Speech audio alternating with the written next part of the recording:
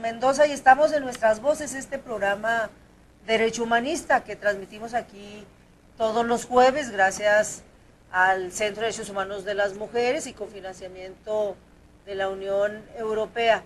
Y bueno, pues hoy tenemos un tema más que interesante, miren. Es un tema que a mí me parece de prioridad, de gran prioridad.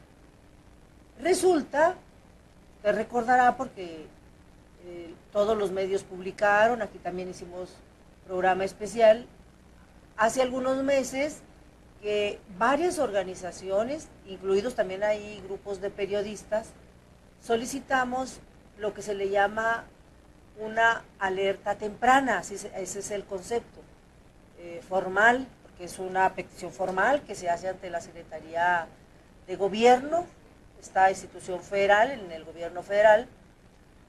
Se solicita esta alerta temprana. ¿Por qué razón? Porque en Chihuahua tenemos muchas personas que son defensoras de derechos humanos que han recibido agresiones de distinta naturaleza, de distinta forma, y también periodistas, y por eso es que se solicita. ¿Cuál es el chiste de que se solicite una alerta temprana a la Secretaría de Gobernación y concretamente a este mecanismo de protección para periodistas y personas defensoras de derechos humanos? Pues para que haya lo que se le llama un plan de contingencia, un plan bien estructurado, bien hecho, aquí en Chihuahua, tanto del gobierno federal como del gobierno estatal, para proteger a quienes nos dedicamos a hacer periodismo y que podemos recibir alguna agresión, o a quienes se dedican a la defensa de los derechos humanos y que también pueden recibir alguna agresión, tanto en la prevención para que no llegue esta agresión o para la atención en caso de que sea esta persona violentada. Bueno, pues resulta que la Secretaría de Gobernación, a través de este mecanismo, admite la alerta temprana. Y eso es importante porque se tendrá que hacer este plan de contención, de contingencia. Bueno, pues de eso vamos a platicar. Aquí ya está conmigo Alejandra Nuño y ella nos dará todo. Bienvenida, Ale.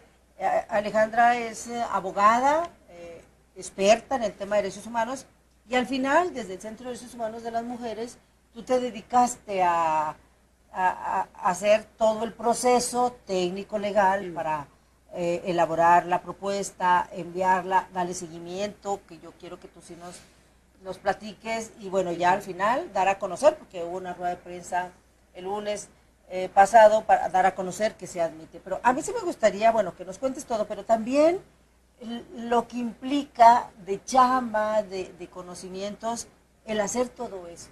Bienvenida, Ale. Por donde tú quieras empezar y yo te voy siguiendo. Muchas gracias, Dora. Bueno, básicamente, sí, el 7 de marzo pasado, un grupo de 24 organizaciones de derechos humanos decidimos solicitar formalmente a este mecanismo de la Secretaría de Gobernación esta alerta temprana. Esta alerta temprana que tiene por objetivo prevenir futuras agresiones a periodistas y defensoras. Digamos, en la historia del mecanismo de protección de personas defensoras y periodistas, solamente había habido un antecedente de esta alerta preventiva. Generalmente es más conocido ahora el mecanismo porque muchas personas van a él cuando están en riesgo, tanto defensores como periodistas. Y el antecedente era Veracruz, ¿no? Veracruz con un altísimo índice de periodistas asesinados, desaparecidos, hostigados, violentados, atacados por diferentes medios. Entonces, ya para marzo de este año, estábamos empezando la plena campaña, las campañas electorales, ¿no? Y si bien en toda esta administración gubernamental había habido serios ataques a defensores y a periodistas, en los últimos meses o al principio de estos meses de este año se intensificaron mucho las campañas de desprestigio, ¿no? Entonces, a partir de una serie de campañas de desprestigio, dijimos, ya está, o sea, necesitamos, lamentablemente, como en otras oportunidades, tenemos que ir a instancias nacionales o internacionales para que nos protejan porque las instancias locales no hacían el rol que tenían que cumplir, ¿no? Entonces, con esa intención es que presentamos la Ley para la Protección de Personas Defensoras de Derechos Humanos y Periodistas, y el reglamento prevén estos sistemas de alerta temprana. Y pues dirigimos formalmente la solicitud al subsecretario Roberto Campa Cifrián, subsecretario de Derechos Humanos, para que empezara esta alerta, ¿no? No fue absolutamente fácil, porque hay que decirlo, lo que nos suponíamos, o sea, por lo que justo llegamos al mecanismo, que era una falta de protección de las autoridades, es lo que vimos que hicieron las autoridades. Las autoridades locales se oponían. Por todos los medios se quisieron oponer a la adopción de la alerta, ¿no? Desde tratar de boicotearla, de minimizarla, de no mandar la información que estaba pidiendo el mecanismo para hacer un diagnóstico previo, hasta tratar de entrevistarse con autoridades federales para poder frenarla, ¿no? Entonces, a mí me parece que es un logro del movimiento de derechos humanos en Chihuahua, y es un logro también de los periodistas y las periodistas, que aunque no tuvieron un rol tan activo, y hay que decirlo, creo que ahí sí se ve hasta en esas cosas la diferencia. Los periodistas y comunicadores sociales tenían mucho miedo, ¿no? Mucho miedo, mucha preocupación de salir. Bueno, Dora fue la única, hay que reconocerlo, periodista en la conferencia de prensa del 7 de marzo, cuando estábamos anunciando el 8 de marzo, 7 y 8, que tuvimos eventos, pues que tuviste la valentía de estar ahí diciendo, ¿no? Pero no había otro periodista que quisiera estar en la mesa, precisamente porque había temor a represalias de todo tipo, ¿no? A que te despidan de tu chamba, a que haya otro tipo de digamos, de ataque o de censura a tu trabajo.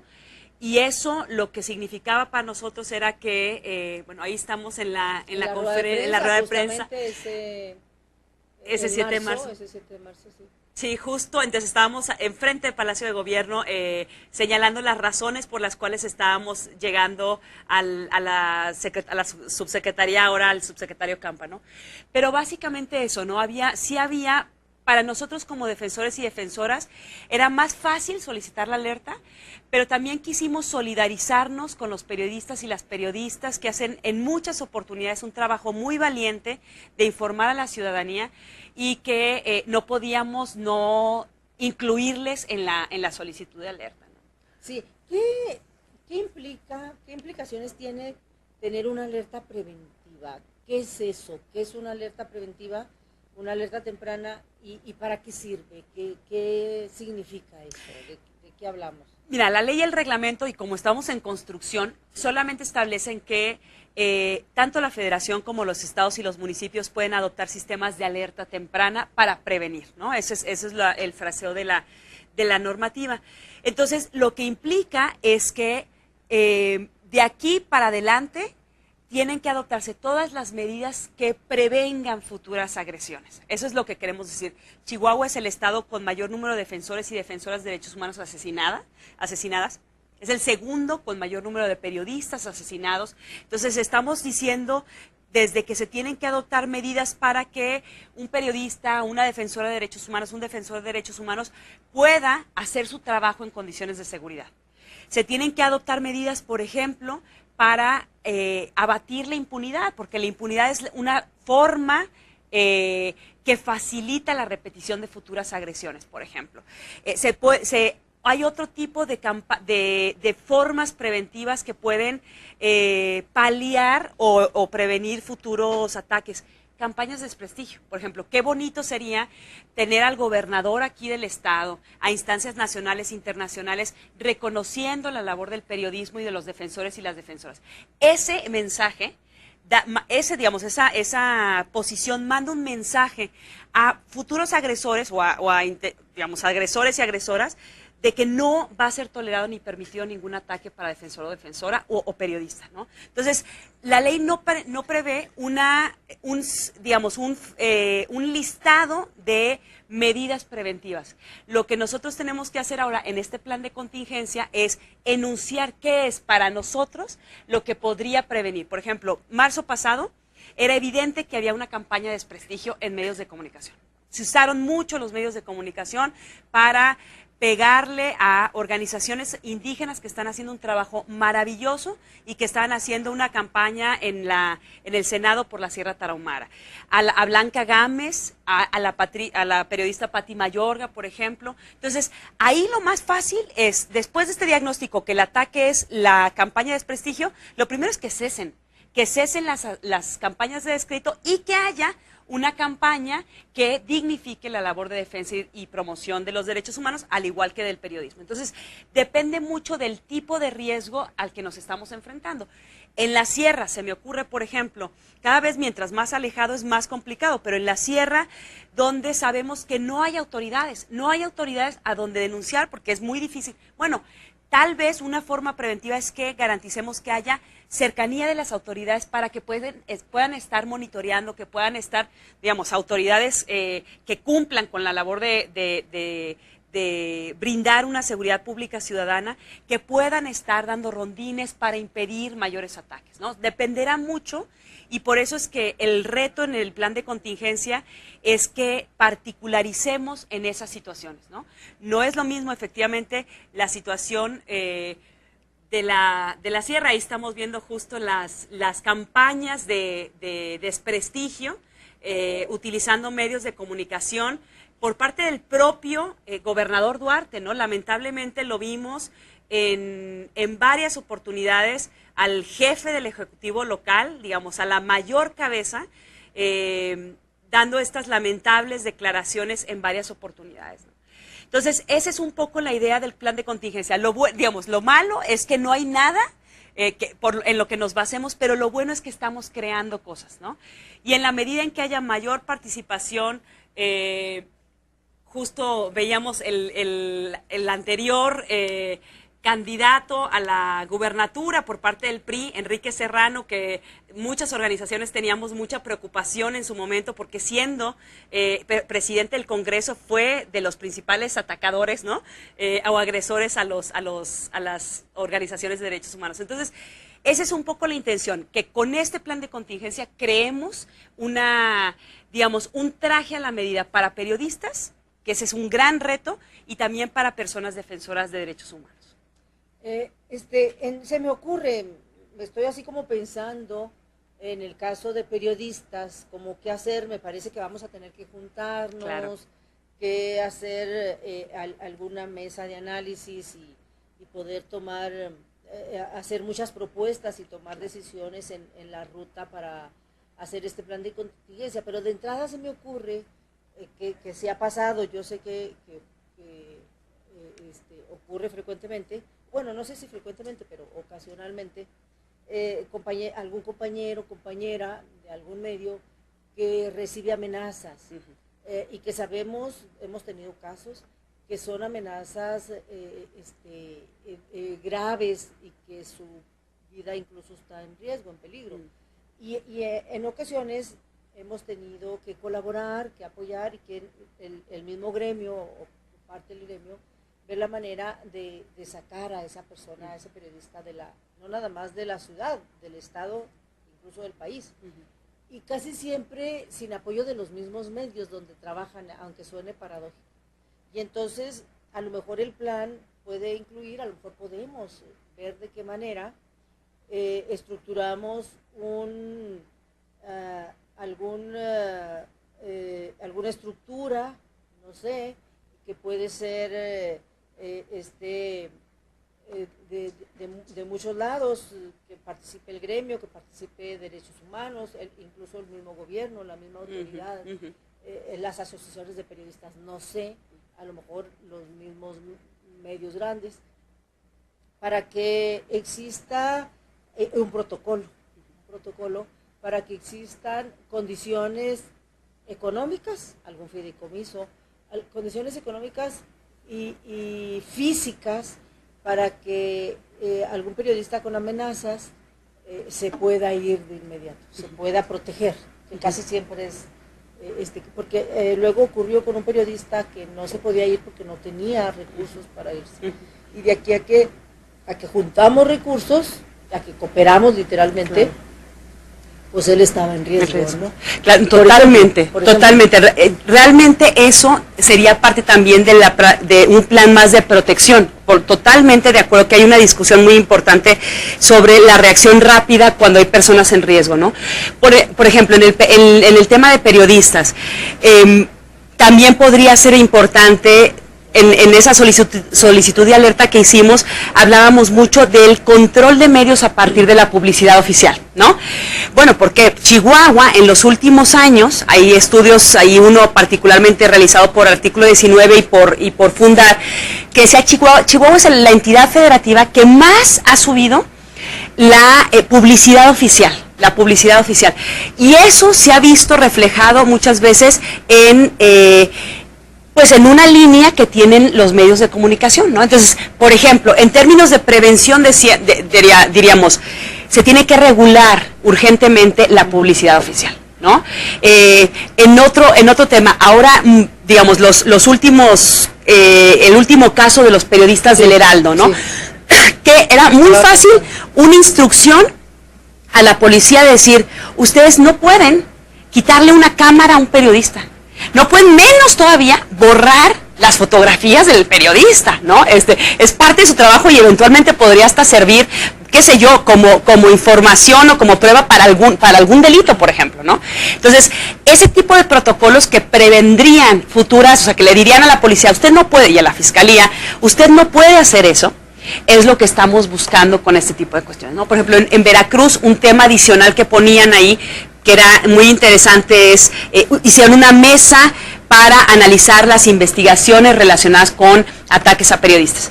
Hicieron otra, están queriendo hacer, que es algo muy interesante, discusiones sobre las condiciones laborales de los y las periodistas, ¿no? Digamos, en qué condiciones se ejerce el periodismo. No, pues de exagerada inseguridad. Exacto. De exagerada inseguridad.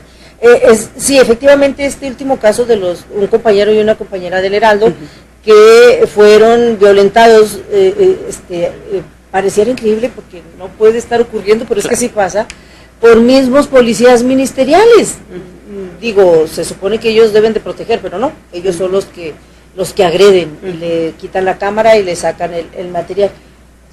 Ya hay leyes, por supuesto, y hay leyes para aplicarlas y para sancionar a estos policías, pero yo no sé qué tanto también quiere decir que hay mucho trabajo que hacer en este plan de contingencia, que ese es el chiste de lograr la alerta temprana. Si la aprovechamos bien, sí, podemos hacer cosas, porque yo no sé qué tanto se pueda. Mira, ahí tenemos este último caso de este compañero, ¿no? Que fue agredido. Bueno, él intentaba ayudar a la fotógrafa del Heraldo, y luego al intervenir, a él es al que lo llevan y lo detienen, y hasta estuvo ahí detenido, ¿no? Ángel Subía se llama el compañero del Heraldo agredido, y que afortunadamente él preside una organización de periodistas, foro de periodistas, y eso le ayudó a darle,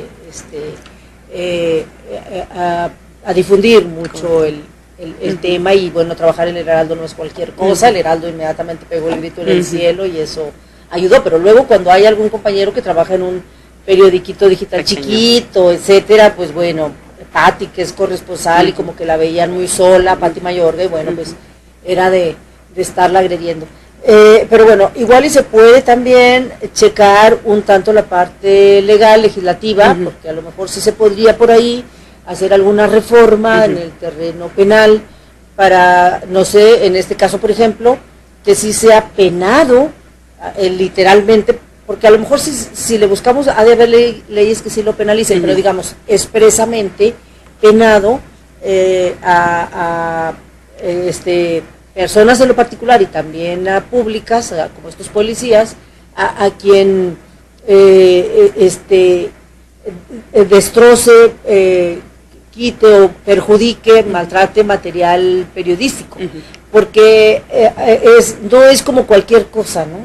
Es decir, muchas veces efectivamente sirve para ese material, muchas veces sirve para evidenciar alguna denuncia. Por eso no se le puede ver como el robo de una vaca o el robo de un tanque de gas, sino que es como material muy delicado cuando destruyen material periodístico, ¿no? Totalmente de acuerdo. Entonces, a lo mejor se puede. Sí. Es decir, hay como muchas vertientes de qué hacer, ¿no? Justo hablando de lo penal y de las leyes, ¿no? Bueno, todavía en Chihuahua vimos hace algunos meses que una persona por decir, ¿no? Por empezar a dar ideas en un blog y manifestarse y bla, bla, bla, estaban empezando a quererlo investigar, ¿no? O sea, sin duda alguna, y lo decíamos en algún otro momento, sería fundamental que el Congreso, digamos, para que fuera un plan hecho a la medida, que fuera, ojalá, lo más eficaz posible, pues necesitamos no solo que el Ejecutivo esté involucrado en el plan de contingencia, ¿no? Que el Congreso, pues que el Poder Judicial, ¿no? Que el Poder Judicial, esperaríamos que se judicialicen los casos de agresiones a defensores, porque no estamos nada más hablando a defensores y periodistas de asesinatos y desapariciones, que tal vez es lo más dramático, pero estamos hablando de detenciones, de tortura, de agresiones, de amenazas, de hostigamientos, en algunos casos de agresiones a oficinas, en Paso del Norte, por ejemplo, cuando irrumpieron la Policía Federal, estamos hablando de Emilia González, por ejemplo, tercero, que el ejército estaba continuamente hostigándola por representar a 3 personas desaparecidas en Buenaventura. O sea, estamos hablando de una cantidad, y podemos hacer exactamente lo mismo con los periodistas, ¿no? De una cantidad tremenda de ataques que cada uno necesita una medida diferente en términos de prevención, ¿no? Sí, sí, a lo mejor, ojalá que sí logremos, que me parece un reto enorme. Y de pronto parecía ser como nomás un logro, así como chiquito, pues que bueno, al final sí nos hicieron caso y al final la Secretaría de Gobernación admitió la famosa temprana alerta, pero si analizamos bien, sí podría ser como una gran oportunidad, una coyuntura de oportunidad para armar algo muy grande de protección. El asunto es poder convocar, poder analizar, poder incluir a mucha gente, y sobre todo a la gente que ha sido agredida, que pueda decir por dónde. Y bueno, a quienes estamos, a las personas involucradas en los dos gremios, grandes gremios, en el gremio periodístico, en el gremio de la Defensoría de Derechos Humanos, para sentarnos y poder hacer algo realmente que sirva, porque es algo como muy nuevo. Yo entiendo que a lo mejor mucha gente que nos ve dice, ¿de qué hablan estas, no? ¿De qué se trata? Y para tratar como de explicar así con manzanitas o de aterrizar un poquito más, a raíz de, ahí tenemos pues mucho material que estamos viendo y bueno, obviamente tenemos casos de feminicidio, casos de homicidio, de muchas cosas, ¿no? Pero, ¿de qué hablamos? Bueno, de que en los últimos años siempre ha ocurrido, pero me parece que esto se multiplica, se hace a grado de escándalo, pues, a raíz de la famosa guerra contra el narco, ¿no? Que la violencia se exacerba, que hay, entonces, violencia de todo tipo, todo mundo, por aquí, por allá, el crimen organizado, el narcotráfico, desapariciones, violencia exagerada desde el ejército, desde las mismas corporaciones policíacas, violencia al bajo y al más alto nivel, mucha violencia, ¿no? Y entonces, y antes ya venía el feminicidio, la violencia contra las mujeres, y entonces tanta violencia, tanta necesidad, tanta problemática, hace que surjan más personas que se dedican a defender los derechos humanos, porque en Chihuahua tenemos una tradición de muchas décadas donde hay ya organizaciones que están defendiendo los derechos humanos de las mujeres, de los indígenas, de campesinos, etcétera. Pero luego se viene esta ola de violencia y entonces surgen más personas, más organizaciones, y las que ya estaban, como el Centro de Derechos Humanos de las Mujeres, se le multiplica el trabajo y se le multiplica el riesgo, porque la defensa de derechos humanos que hacen ahora en el Centro de Derechos Humanos de las Mujeres ya no es nomás con estas mujeres que han sido violentadas por sus maridos, etcétera, sino esta defensa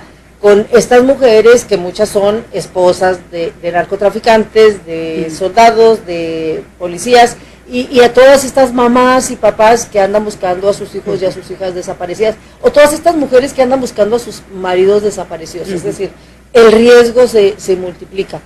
Y en el caso del periodismo igual, porque la investigación periodística, que siempre existe y siempre es riesgosa y será per se riesgosa y peligrosa, se le agrega este riesgo con este matiz de tanta violencia. Y entonces eso da como resultado, da como resultado que entonces tengamos mucha agresión a estas personas que defienden derechos humanos, de mucha naturaleza, de mucho tipo. Algunas de estas personas han sido asesinadas en estos últimos años, y solamente por la sola razón de que andaban defendiendo derechos humanos. ¿Qué es defender derechos humanos? Defender a muchas personas que son más vulnerables y que se les violentan sus derechos humanos. Y entonces es así como muy triste, muy lamentable que haya, primero, que no es fácil, personas que se dediquen a defender a otras personas, que ya es mucho decir, todavía se cuentan con un dedo porque se necesita mucho espíritu, una vocación social tremenda. Y luego todavía que se les agreda nomás por eso, es muy triste, muy lamentable, cuando deberíamos a esas personas cuidarlas, protegerlas desde el Estado, desde la sociedad. Entonces, de eso estamos hablando, pues, ¿no? De estas personas. Sin duda alguna, y hay ahora, Dora, justo lo que mencionas, que es súper importante, ¿quién es un defensor, una defensora de derechos humanos, no? En Naciones Unidas hay una declaración que se conoce más corto como la Declaración de Defensores, y que ahí dice básicamente que cualquier persona que promueva y defienda los derechos humanos. Entonces, a veces estamos acostumbrados, y realmente la alerta en gran medida estuvo basada por los ataques a defensores y defensoras que están en organizaciones, pero por ejemplo, hoy en día vemos a familiares de personas desaparecidas que se están agrupando, que se están asociando y que están trabajando colectivamente para pues buscar a sus seres queridos, exigir justicia y reparación, ¿no?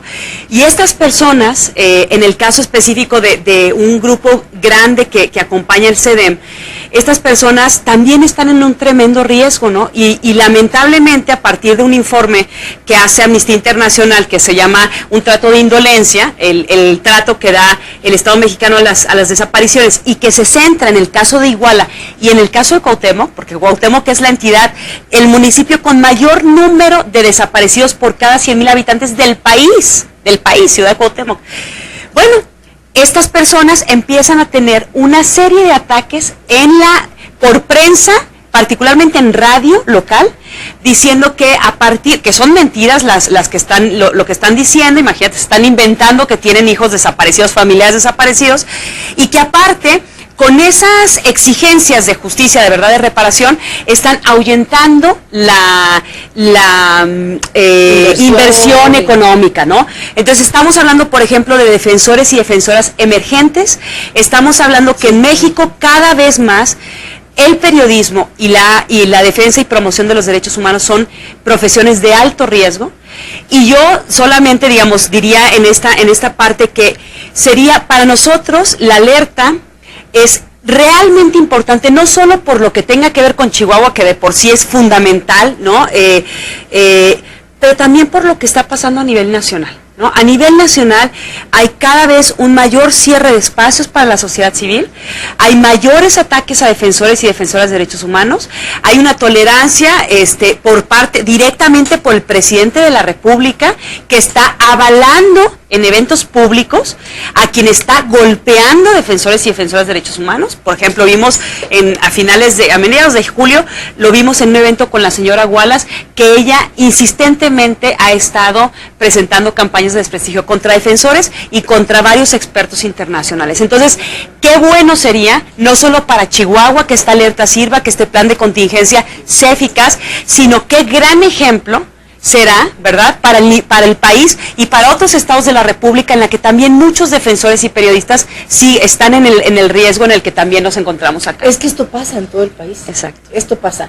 Y entonces aquí sí tenemos, me parece a mí, que rescatar este avance tremendo que tenemos en Chihuahua, algunas organizaciones, y sobre todo este movimiento de mujeres que agrupa varias organizaciones, avancen en muchos terrenos, pero particularmente en como litigio, derecho humanista, yo así lo identifico, con expertas como tú y otras que andan por ahí, curiosamente mujeres, o mayoritariamente mujeres, porque también hay señores, que Chihuahua yo siento que sí va como a la vanguardia, abriendo como caminito en el país en este sentido. Yo insisto, es algo nuevo, es algo un poquito complicado, es algo difícil, pero es algo a lo que algo que tenemos que entender, que identificar, y tenemos que darle seguimiento toda la sociedad. A mí me interesa mucho que la sociedad lo entienda, que la sociedad se sensibilice, entienda y participe, porque al final de cuentas estos movimientos, estas organizaciones, este litigio que hacen las expertas para lograr estos programas, estos planes que nos llevan a política pública o a reformas legislativas, al final de cuentas no es otra cosa que proteger a la sociedad, y a la sociedad más lastimada, a la sociedad que está sufriendo mucho por esta tremenda violencia, y que cuando vemos a personas que ya les toca sufrir en carne así viva las desapariciones, los homicidios, los feminicidios, dicen yo no sabía que de esto se trataba, a mí no me había tocado, pero cuando ya les toca, y cada vez es más gente a la que le toca, entonces ya esa gente se sensibiliza más, se concientiza más. Pero lo ideal es que no tengamos que llegar, que no tengamos que tener a un familiar desaparecido o a una hermana muerta, o para que la sociedad nos podamos sensibilizar con estas cosas tan delicadas, tan graves. Estamos hablando de cosas tan graves, y que porque es la única manera, yo siento, de ir avanzando en el terreno de hacer ciudadanía, en el terreno de sí progresar realmente en los derechos humanos, porque hablamos, afortunadamente el término derechos humanos siento que se ha posicionado y que hablamos ya mucho, pero a veces todavía como que es tan tan esotérico, ¿no? A veces derechos humanos pues implica tantas cosas y es tan amplio que luego nos perdemos también de avanzar realmente, ¿no? De avanzar tangiblemente en la defensa y promoción de derechos humanos, ¿no? Totalmente. Yo creo, por ejemplo, pensando, yo me estoy adelantando porque el plan de contingencia ni siquiera hemos tenido reuniones, y ojalá que sea bien amplio, ¿verdad?, la discusión y la participación. Pero, por ejemplo, yo creo que uno de los temas en los que no hemos podido superar y cada vez está pesándole más a defensores y defensoras de derechos humanos es ese estigma de defensores delincuentes, ¿no? Sí. Y cómo las autoridades están jugando mal, diciendo, no, yo ya no puedo detener a esta persona porque derechos humanos me dice que no. ¿Me explico? O sea, en algunas cosas se está pervirtiendo el tema de los derechos humanos para que las autoridades no hagan, no, o sea, los defensores no queremos que te detengan mal en la calle sin que tengan una orden, ¿no?, de detención, de captura, no queremos que te torturen, no queremos que lo que pasó, por ejemplo, en los hechos dramáticos del 22 de junio, en la toma, bueno, en los hechos del Palacio de Gobierno, donde era evidente, por ejemplo, que a Marcelino Gómez había una intención de refundirlo en la cárcel el tiempo que fuera necesario, me explico. Un chavo que estaba filmando lo que estaba pasando, lo agarran, al igual que decenas de chavos. Habían otros que sí, efectivamente cometieron muchos ataques directamente contra el Palacio y contra algunos policías, que después sabemos los liberaron, ¿verdad? Pero, por ejemplo, ahí lo que nosotros y lo que los derechos humanos son es que efectivamente que todos podamos vivir en mayor armonía, con libertad, con paz, con justicia. Y ojalá que en esta alerta preventiva, esta campaña que sirva, ¿verdad? Ahora vemos, por ejemplo, a las defensoras de mujeres, no nada más acá, sino en otros lugares, que con frases tremendas como feminazis, ¿no?, se nos está estigmatizando, ¿no? Sí. Feminazis, ¿por qué? Pues porque estás defendiendo a una mujer que fue violentada. Bueno, lo siento, ¿no?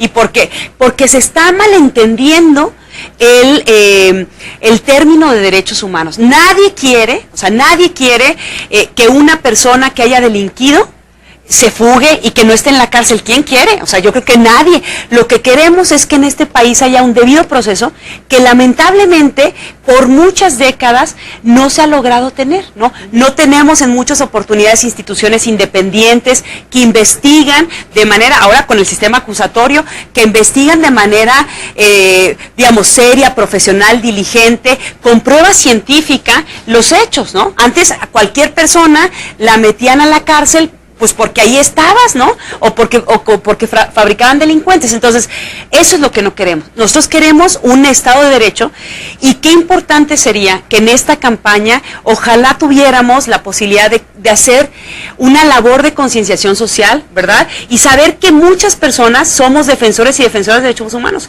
Cuando una señora, un señor va a exigir que no la corrupción, a levantarse, a ir a votar en contra de un gobierno corrupto, eso es exigir sus derechos políticos, ¿no? Cuando una persona va a exigir, por ejemplo, que no le cobren los servicios, que el agua, como hemos estado viendo, el transporte, el agua, la vivienda, la educación, sean accesibles, sean adecuadas, ¿no?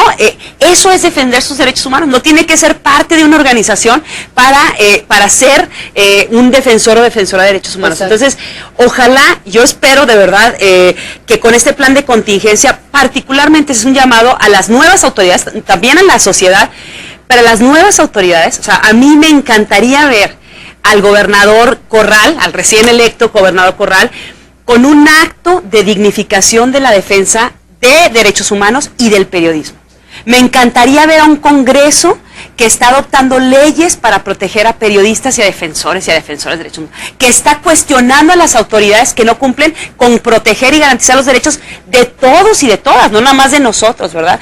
Me encantaría un poder judicial independiente, autónomo, que cuando le lleguen, ojalá, las investigaciones de Ismael, de Manuelita, de la familia de Reyes, ¿verdad?, de tantos defensores y defensoras, pueda emitir un fallo que sea dignificante, pero que también sea leccionador para que ojalá no haya futuras agresiones contra defensores y por supuesto contra periodistas, ¿no? Sí. Ale, se nos fue el tiempo, y ya no hubo chance, me hubiera gustado, pero lo dejamos para otra ocasión, pero sí lo quisiera hacer, me parece necesario entrarle a los retos justamente de la próxima administración. Me parece que tenemos una coyuntura muy interesante, coyuntura política, coyuntura gubernamental, administrativa, que bueno, tiene una expectativa de cambios sustanciales de forma y fondo, ¿no? Y entonces a mí me parece que nos dicen que sí tenemos como más chance, que se habían equivocado aquí en el tiempo. Bueno, pues entonces sí tenemos poquita chance. Me parece que tenemos esta coyuntura, ¿no? Donde podamos, o la expectativa que tenemos muchas personas, de sí ir a un camino más rápido, de dar brincos, ahora sí, porque hemos estado dando pasitos, y sí hemos avanzado, pero de dar brincos hacia una ciudadanía más fortalecida, hacia un sistema de derechos humanos más fortalecido. Me parece que es la expectativa que tiene la gente en Chihuahua. ¿Por dónde tendría que irse esta nueva administración para poderlo hacer, no?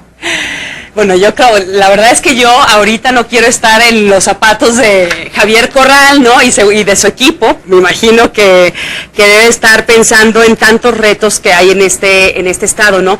Yo creo, en términos tal vez de derechos humanos y un poquito más, creo que es urgente garantizar la seguridad, ¿no? La seguridad real del Estado, ¿no? Y ese es un reto, bueno, si en décadas no se ha logrado, ¿no? Yo creo que ese es uno de los principales retos que hay hoy en día.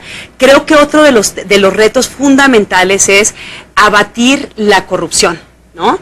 Es decir, no nada más la campaña de meter a la cárcel a altos funcionarios locales, sino de cómo volver. Yo en algún momento fui funcionaria pública, ¿no? Entonces yo decía, bueno, si de por sí trato de ser responsable, uno dice, ¿cómo devolver el sentido del servicio público, ¿no? El sentido del servicio público que es fundamental, y que ahora hoy en día vemos que de manera vergonzosa, y muy evidente, hay todo tipo de acciones para robar, para delinquir, para corromperse, ¿no? Y no ver realmente por el bien social. Entonces yo digo, seguridad, corrupción, impunidad. O sea, no podemos seguir teniendo un Estado con más casi el 30% de todas las denuncias de violencia sexual en el país, de acuerdo con el Sistema Nacional de Seguridad Pública, vienen de Chihuahua.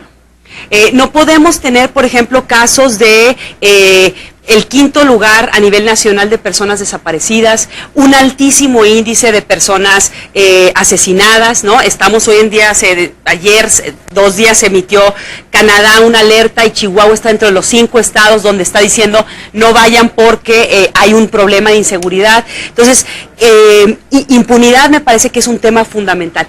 Independencia judicial, la independencia de los poderes, la autonomía de los poderes. O sea, no podemos seguir diciendo que el titular del Poder Judicial, ¿no? El presidente del Tribunal Superior de Justicia, es la mano derecha del gobernador, o como decían antes, le cargaba el portafolio al gobernador. O sea, tenemos que tener de verdad una división de poderes que sirva con pesos y contrapesos, pues para ojalá una mayor ejercicio del poder público. Y yo creo que urgentemente una fiscalización de las instituciones, particularmente de las autónomas, ¿no? A mí me gustaría saber qué está haciendo el Instituto Chihuahuense de Transparencia, por supuesto la Comisión Estatal de Derechos Humanos, ¿no? La Comisión Estatal tiene más de 50 millones de pesos en presupuesto.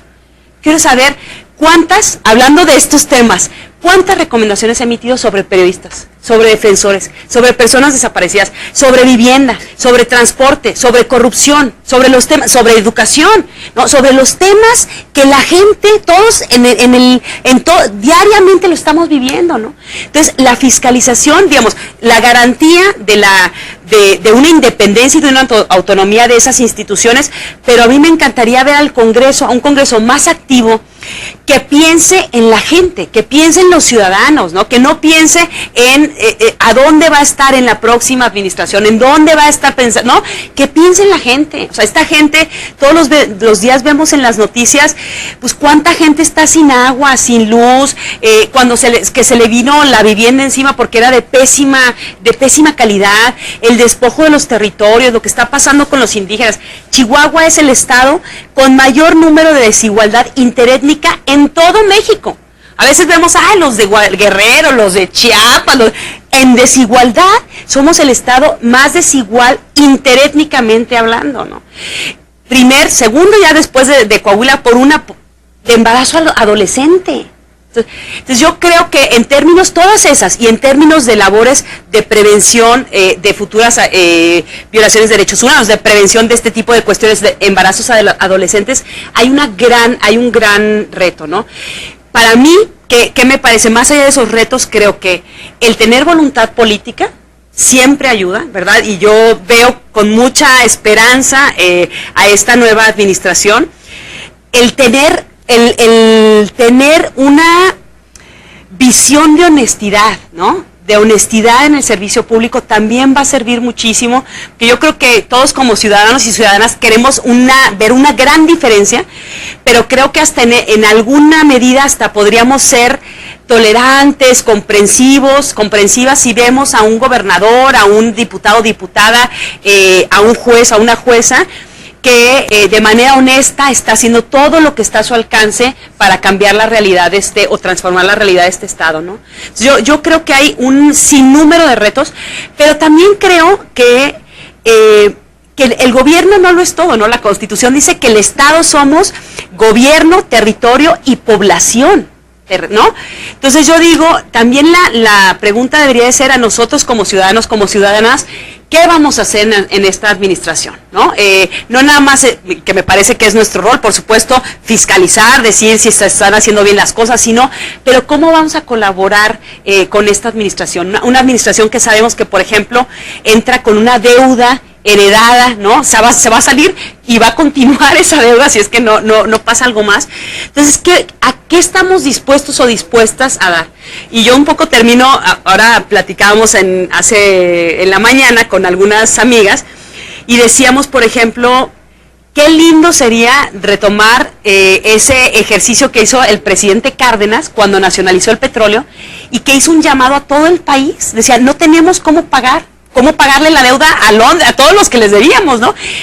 Hago un llamado al país para que, y desde personas que llevaban su gallinita hasta quien podía aportar más, ¿no? Entonces, ¿qué queremos y qué podemos aportar también para que tengamos una comunidad más unida, que el tejido social se vaya reconstruyendo con esta violencia que vivimos no solo en Chihuahua, sino en el país? ¿Qué también estamos dispuestos o dispuestas a dar desde nuestra cancha y desde lo que podamos dar, ¿no? Creo que también ese es uno de los retos que tenemos o de las reflexiones que tendríamos que hacer. Sí, porque luego todo el mundo está pensando, a ver qué hace el próximo gobierno, bueno, a ver qué hago yo, sí, ¿no? Sí. A ver qué hace efectivamente el gobierno, pero a ver qué hago yo. Tienes razón, me parece que es válido. Y sí, yo creo que los retos son enormes, pero aunque pareciera algo tan sencillito, y que debería de ser sencillito, pero yo sé que no lo es, tan solo el hecho de que se garantizara la división de poderes, por ejemplo, claro, pero de verdad, que el Poder Judicial haga su chamba, que no le esté tapando ahí las desvergonzadas al Ejecutivo o al Legislativo, que haga su chamba, y el Legislativo que haga su chamba, ¿no? Porque la chamba que le toca a cada uno de los poderes es muy específica y es muy grande y es muy importante. Y tener a un poder por encima de los otros afecta, deteriora el desarrollo democrático, que me parece que es... Yo entiendo que debe de ser mucha tentación para alguien que ejerce el poder el someter a otros poderes, es decir, hasta pensando que de buena fe, si yo soy el poder que más lo sabe y puedo someter a los otros, pero no debe privar esa tentación, debería de quien la tenga o la haya tenido, la pueda tener, quitarse esa tentación y empezar con esta visión de Estado, de verdad de Estado, de decir, soy ejecutivo y me toca hacer únicamente lo que me toca, y al judicial lo que a él le toque, ¿no? Ese sería de entrada un gran avance que pudiéramos tener en Chihuahua, y sería como una gran expectativa. Lo queremos ver, yo supongo, quiero pensar en los jueces, los magistrados, acostumbrados a que alguien les diga por dónde va la jugada y de pronto decir, oye, sí podemos decir cosas, porque debe de haber muchos y muchas ahí en el Poder Judicial que quieren hacer cosas, ¿no? No, justo hace... Igual allá en el Legislativo. No, totalmente. Hace algunos meses, cuando hablábamos de este magistrado Terrazas, ¿no? Que había golpeado a su esposa en Ciudad Juárez, un magistrado de Juárez, y que fue muy interesante que quienes salieron digamos, Chihuahua es el único estado de la República que no tiene un consejo de la judicatura, ¿no? Un consejo de la judicatura que garantice una selección adecuada de jueces, juezas y magistrados, que también evalúe qué tan bien van o qué tan mal van, que haya, digamos, que pueda hacer las sanciones correspondientes, pero también los incentivos, porque hay muchos jueces y juezas y magistrados y magistradas que hacen una labor importantísima en este estado, ¿no? Y por ejemplo, cuando eso estaba pasando, los primeros que saltaron, que fue muy interesante, fueron jueces y juezas de Juárez que decían, oye, nosotros que queremos tener carrera judicial, aquí llegan y nos imponen a nuevos magistrados que aparte salieron de veto a saber de dónde, ¿no? Entonces, yo creo que el reconocer a esos grandes, porque los hay en todos los lugares, hay grandes servidores y servidoras públicas, funcionarios públicos, el poder reconocerles eso, ¿verdad? Y tener efectivamente un poder judicial del que todos y todas nos enorgullezcamos, ¿no? Que sepamos que si llegamos allá, que realmente la justicia va a llegar y va a llegar a tiempo como tiene que llegar. Ale, ahora sí se nos fue el tiempo, nos tenemos que ir. Y bueno, retomando y para terminar el programa, tenemos entonces en puerta una gran tarea, enorme tarea de elaborar este plan de contingencia, junto obviamente con el poder, el sector público, federal, estatal, y ojalá que todos los poderes, en el caso de aquí de Chihuahua, y obviamente las organizaciones de la sociedad civil, el gremio periodístico, mucha gente, que podamos elaborar un buen plan de contingencia para poder prevenir agresiones a a personas que defienden derechos humanos y a periodistas.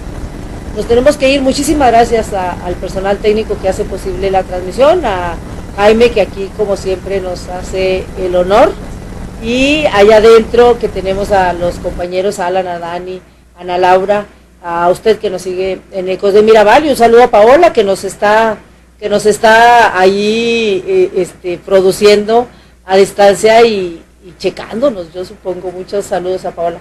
Nos vemos hasta la próxima.